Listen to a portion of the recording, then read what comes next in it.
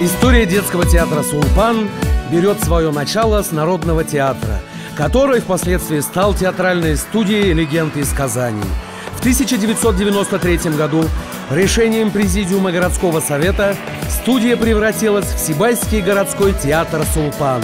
С 1996 года постановлением Кабинета министров Республики Башкортостан Сибайский детский театр «Сулпан» был переведен на финансирование Министерства культуры Республики Башкортостан и получил статус государственного.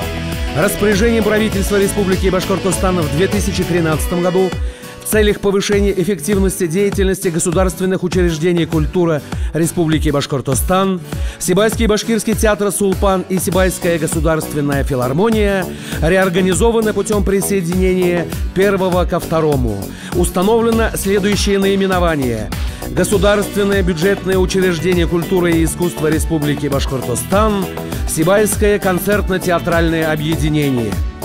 Детский театр «Сулпан» – это единственный в республике государственный детский театр, в репертуаре которого только детские спектакли, воспитывающие в подрастающем поколении общепринятые нравственно-этические нормы поведения, развивающие кругозор и эстетический вкус.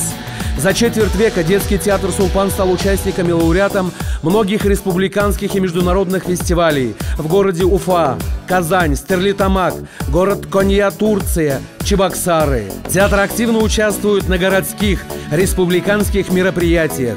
С 2017 года детский театр «Сулпан» принимает участие в федеральном проекте партии «Единая Россия» «Театры малых городов». Также театр является участником федеральной программы «Большие гастроли для детей и молодежи» и успешно гастролировал по Челябинской, Оренбургской, Свердловской областях.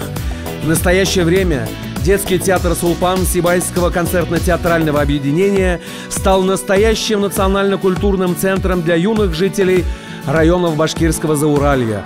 Благодаря творческому потенциалу артистов и млад, и стар живут полнокровной жизнью, имеют возможность провести свой досуг красиво и полезно. За время существования театр сумел написать свою богатую и интригующую летопись, завоевал любовь и уважение поклонников театрального искусства.